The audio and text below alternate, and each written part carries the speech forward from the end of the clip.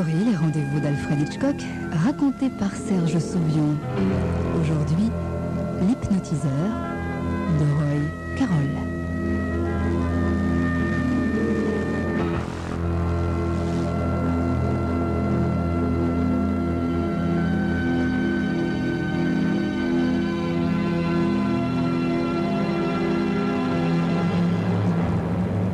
Très bien.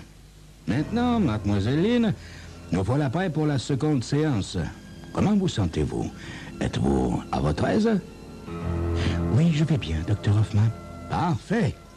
Mais le magnétophone semble vous énerver un peu aujourd'hui. Vous ne cessez de le regarder. S'il vous gêne, peut-être vaudrait-il mieux que je le mette ailleurs. Mais nous en avons besoin, comprenez-vous, pour que je puisse prendre des notes après votre départ. Mais cela ne doit pas vous tracasser. Quand j'aurai fini, la bande magnétique sera effacée. Personne d'autre n'entendra ce qui aura été dit. Ne vous en souciez donc pas. Oh, ça m'est égal, docteur. Ce n'est pas le magnétophone qui m'agace en réalité. C'est que je me sens plus nerveuse que d'habitude, voyez-vous, pleine d'appréhension. Aujourd'hui, je ne sais pas pourquoi. Eh bien, nous le découvrirons bientôt, mademoiselle Lynn. Vous n'aurez plus la même impression en partant. J'espère que non, docteur. Je vous l'affirme. Le bégaiement n'est pas revenu, n'est-ce pas? Non, docteur. Les résultats ont été magnifiques à cet égard. Vous n'imaginez pas quel changement cela a entraîné pour moi. Je ne sais comment vous remercier. N'en faites rien, mademoiselle Lynn. C'est une des satisfactions que l'on tire de l'hypnotisme et de la psychologie, voyez-vous. À propos, comment va le métier de modèle? Oh, à merveille, docteur. L'agence m'a procuré 6 séances de photos cette semaine et on a monté mon salaire horaire à $25. Excellent! Il n'y a aucune raison pour qu'une jeune femme avec votre corps et votre visage ne tire pas de son travail une petite fortune. Vous êtes vraiment très belle, vous savez. Merci, docteur. Mais maintenant, passons aux affaires sérieuses, voulez-vous? Et voyons si nous ne pouvons pas vous débarrasser de ces maux de tête et de ces cauchemars qui vous tourmentent. Êtes-vous prête? Oui, docteur. Ah, et une dernière chose. Je voudrais de nouveau que vous soyez complètement détendu. Aussi, vous demanderai-je de bien vouloir vous mettre dans la tête que vous ne courez aucun risque. Les pouvoirs de l'hypnotisme sont grands, mais limités. Personne ne peut être contraint à dire ou faire quelque chose qui lui déplaît, qui va contre ses inclinations naturelles. Vous n'avez aucun doute sur ce point, n'est-ce pas? Non, docteur. Très bien. Alors, allons-y. Mona, je vais vous appeler Mona pendant cette séance. Cela ne vous ennuie pas? Je pense que ça vous détendra davantage. Mona, vous allez faire des aspirations très, très profondes en emmagasinant le plus possible d'air à chaque fois et vous viderez vos poumons autant que vous le pourrez à chaque expiration. Très bien.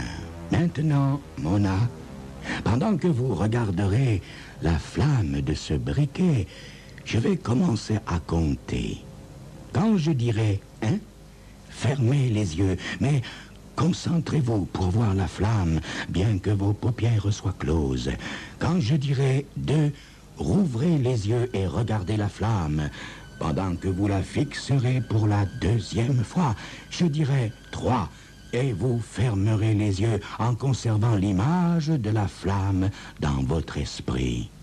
Fixez toujours la flamme, fixez-la bien, je vous prie. Voilà.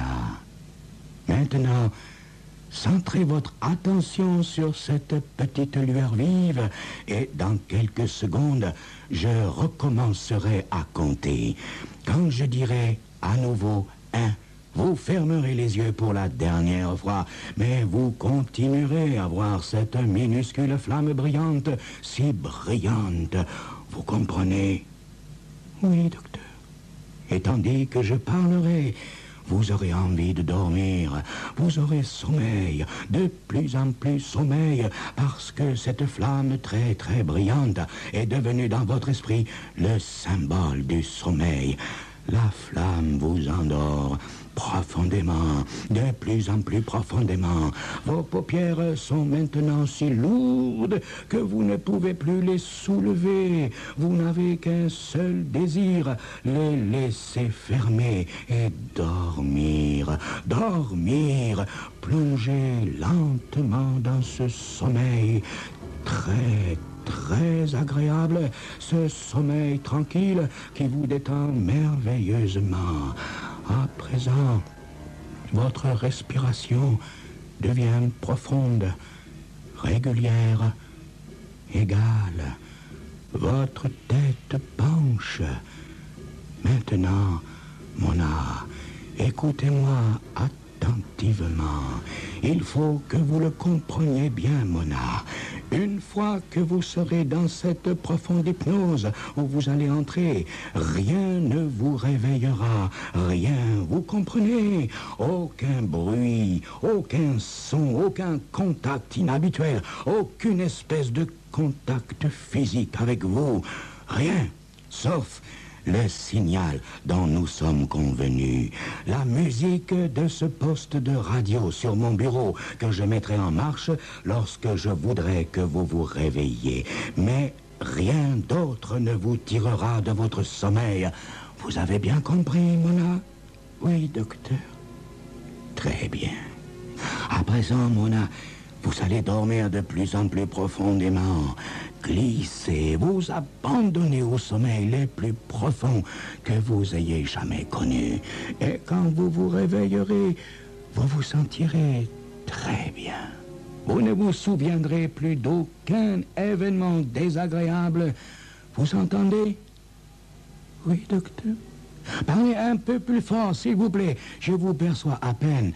Pouvez-vous parler un peu plus fort? Oui, docteur. Bien. À présent, vous rappelez-vous la séance de la semaine dernière? Oui, docteur. Mais vous ne vous en étiez pas souvenu jusqu'à présent, n'est-ce pas? Je veux dire, après votre départ d'ici la semaine dernière, vous ne vous êtes rien rappelé de ce qui avait été dit ou fait pendant que vous dormiez? Non. Mais maintenant, vous vous souvenez, hein? Vous vous rappelez que je vous ai passé la main sur le corps, doucement, d'une façon apaisante? Oui. Mais vous ne vous en êtes pas irrité. Cela ne vous a pas été désagréable et ça n'avait rien de choquant, n'est-ce pas? Non. Et vous rappelez-vous avoir parlé d'une façon très objective, complètement impersonnelle, des détails de votre vie affective? Oui. Nous en avons déduit que ce qui vous avait tourmenté jusqu'ici, c'était l'aspect, comment dire, déplaisant de votre première aventure amoureuse, n'est-ce pas? Oui, c'est cela, oui. Au cours de la séance, nous avons mis en lumière certains détails de cette aventure, expliquant pourquoi elle vous avait causé un tel traumatisme, n'est-ce pas? Oui. Oui. Vous allez me répéter de façon parfaitement détachée, sans vous laisser bouleverser par eux, certains de ces détails et les conclusions auxquelles nous avons abouti à leur sujet. Je vous écoute. Très bien. Très bien. Je n'avais que 16 ans à ce moment-là. Mes parents étaient assez riches et j'avais mené une vie très protégée. Nous avions un chauffeur à cette époque. Il s'appelait John. Il était beaucoup plus vieux que moi. Il avait presque 40 ans. Oui, à peu près mon âge, autrement dit. Oui, il était vraiment beau garçon et très gentil, très doux. Je l'aimais beaucoup. Oui, je vois. En somme, vous pourriez en dire autant de moi maintenant, n'est-ce pas? Oui, je le pense. Très bien. Continuez, ma chère Mona. Eh bien, il y a eu ce jour-là, et John, il m'a emmené à la campagne. Nous avons emporté de quoi déjeuner sur l'herbe. Nous devions pêcher près du vieux moulin abandonné. Qu'y a-t-il, ma chère Mona? Ne vous énervez pas. Je n'aime pas parler de ça. J'ai tellement honte. Vous avez tort, Mona. Ça n'avait rien de si terrible. Et d'ailleurs, ça n'était pas votre faute. Laissez-moi vous aider un peu. Ce John avait emporté une bouteille de vin, c'est bien ça? Oui, seulement ce vin était très alcoolisé, Mona, et vous n'y avez pas prêté attention, bien sûr, et vous en avez bu une grande quantité. Oui, alors je suis devenu un peu ivre. J'avais la tête qui me tournait, et John, Non, il faut que je m'arrête. Il m'est impossible d'en reparler, je vous assure. Allons, ne vous énervez pas, chère Mona. Vous m'avez compris, ne vous énervez pas. Vous m'entendez? Allez, essayez encore. Oui, je vais essayer. À la bonne heure. Donc, ce jour-là, au moulin, avec John, il y a eu cette expérience désagréable, n'est-ce pas? Oui, c'était terrible, horrible. Il a été si violent, si brutal. Je n'avais jamais... C'était affreux, douloureux. Une bête déchaînée.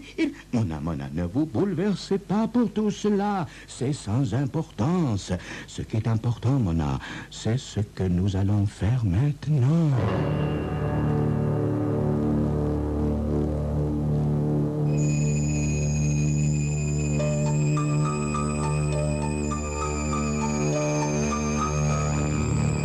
Et que vont faire maintenant le docteur Hoffman et sa patiente, la très belle Mona? Que va-t-il se passer au cours de cette séance d'hypnotisme? C'est ce que vous saurez dans quelques instants.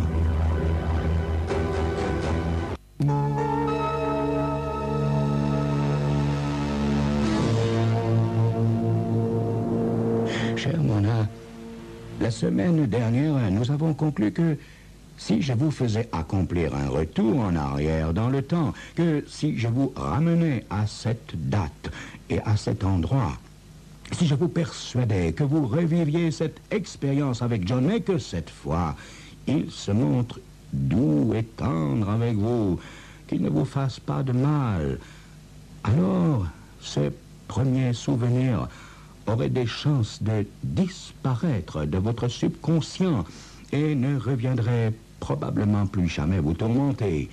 C'est bien cela. Vous croyez? Certes, je l'affirme. Mona, nous allons commencer le retour en arrière. Vous avez maintenant 25 ans. Je veux que vous retourniez en esprit à votre 20e année et songiez à quelque chose de très agréable qui vous est arrivé à cette époque.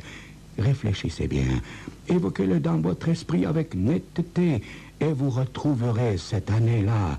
Détendez-vous, ma chère Mona, détendez-vous complètement, respirez à fond, et puis commencez à remonter dans le temps et l'espace. Encore, Mona, encore, jusqu'à votre 20e année. Allez. Oh, savez-vous ce qu'il vient de m'arriver? Non, Mona, non, quoi donc? Je rentre de ma première séance de photo. Oh, je peux à peine y croire. J'ai travaillé 2 heures et j'ai gagné $20.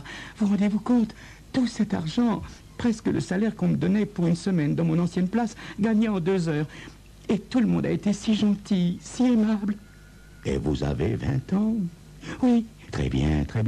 Mais à présent, Mona, j'ai vu que vous remontiez encore plus loin dans le temps, dans vos souvenirs.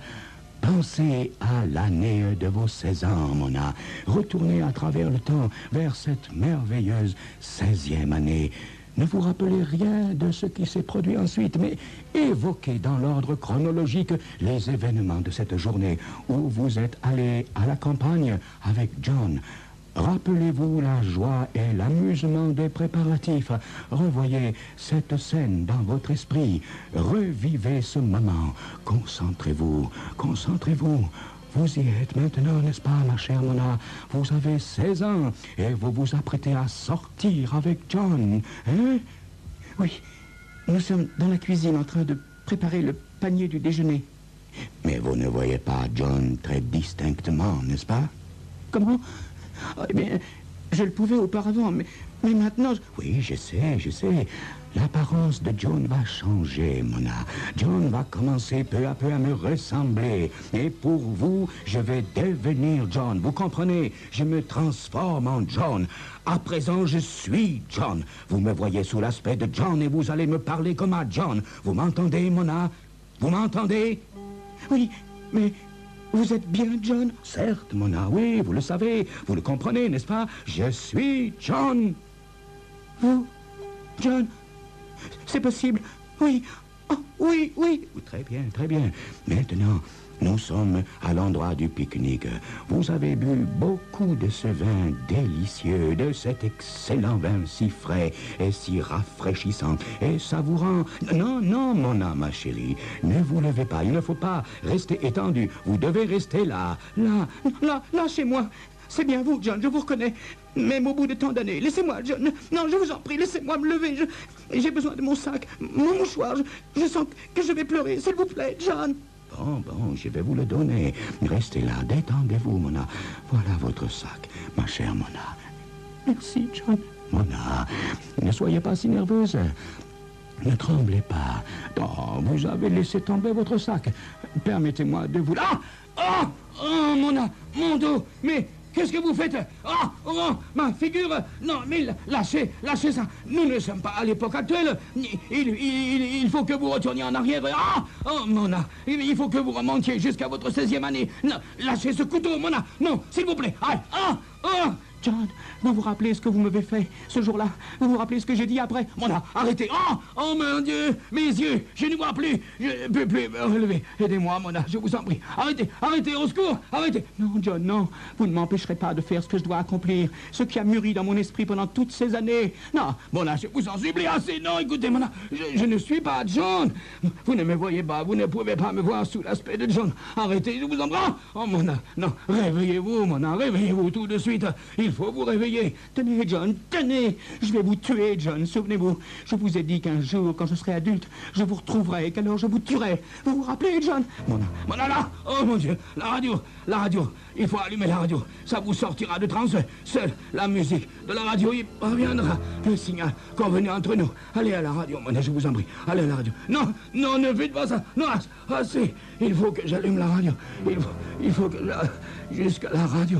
Il faut que j'allume la radio. John, vous allez mourir. Vous allez mourir, John.